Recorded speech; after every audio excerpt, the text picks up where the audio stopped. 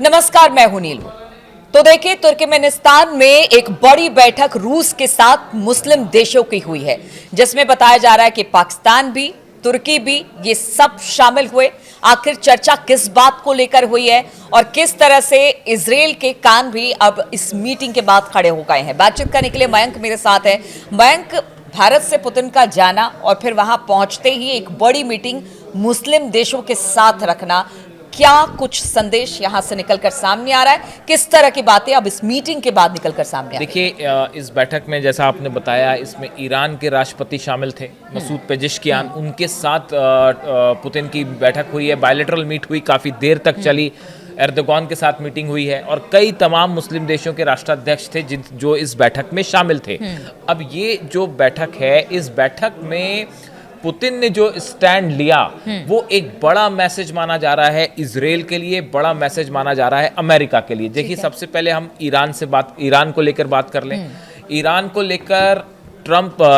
लेकर देखिए, ट्रंप ने हाल ही में बयान दिया। हाल ही में क्या, कल ही ये बयान आया उनका कि अगर ईरान आने वाले हमलों से बचना चाहता है तो वो किसी तरह से भी जो है वो न्यूक्लियर डील कर ले अमेरिका के साथ। अगर आप न्यूक्लियर डील नहीं करेंगे तो हम नए ठिकानों पर हमला कर देंगे ईरान के। ये कल उन्होंने, ट्रंप ने कहा। इस के ठीक 24 घंटे बाद पुतिन ईरान के राष्ट्रपति से मिलते हैं और ये कहते हैं कि मेरा ईरान के न्यूक्लियर प्रोग्राम को पूरा सपोर्ट है। वो ये कहते हैं हम ईरान के साथ ऑयल बिजनेस करेंगे, वो ये कहते हैं हम गैस बिजनेस करेंगे, हम पावर सेक्टर में इन्वेस्टमेंट करने को तैयार हैं।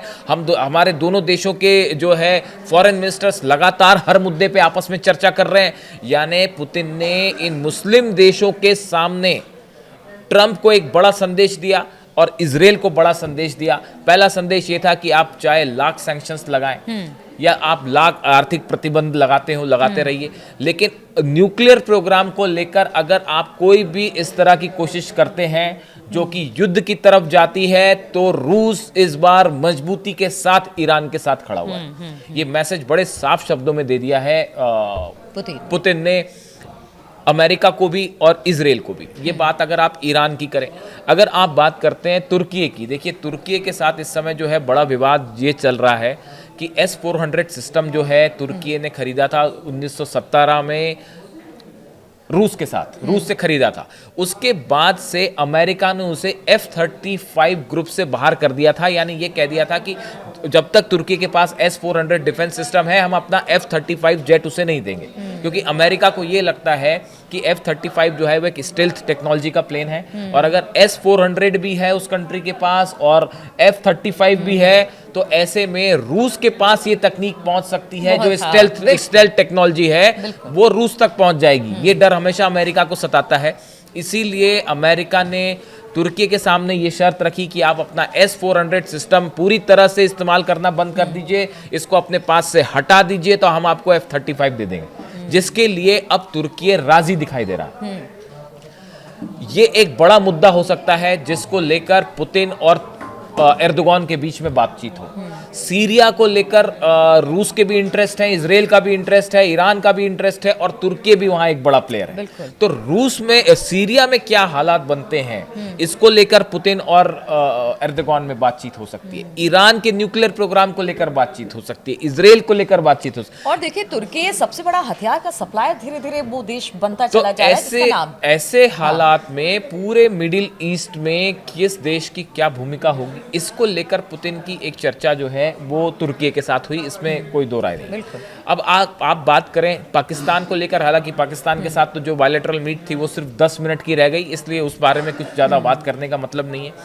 लेकिन बाकी जो देश वहाँ मौजूद थे, इनमें जो पुतिन ने स्टैंड लिया वो उनके आने वाले कुछ वक्त के लिए मिडिल ईस्ट को लेकर, ईरान को लेकर पुतिन क्या सोचते हैं, सीरिया को लेकर क्या सोचते हैं, फिलिस्तीन को लेकर क्या सोचते हैं, इन तमाम मुद्दों पर उन्होंने अपनी राय रखी है।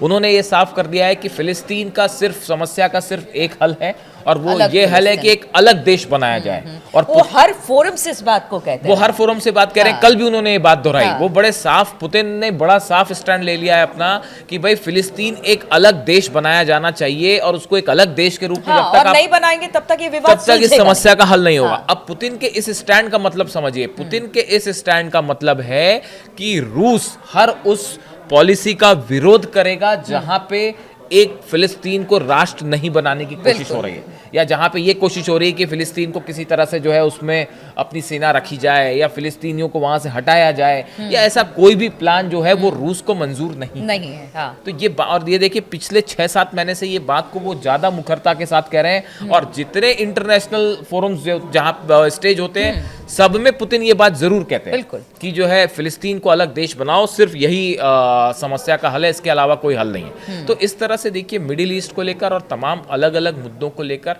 पुतिन ने अपना स्टैंड बड़ा साफ रखा है इस मीटिंग में, जो एक बड़ा संदेश माना जा रहा है ट्रंप के लिए भी और इजराइल के लिए भी, क्योंकि इजराइल ने नेतन्याहू ने हाल ही में ये बात कही थी कि ईरान जो है वो अगर रूस मदद करता है ईरान की, तो ये दोनों देशों के संबंधों के लिहाज से ठीक नहीं है। और ये भी माना जा रहा था, इस तरह की भी बातें हो रही थी कि जो मिसाइल प्रोग्राम है उसको भी अगर रूस का सपोर्ट है, या हथियार जैसे जेट्स की बात हो रही है, F-30 सुखोई 35 जेट्स की बात हो रही है, तो इससे इजराइल नाराज दिखाई दे रहा था।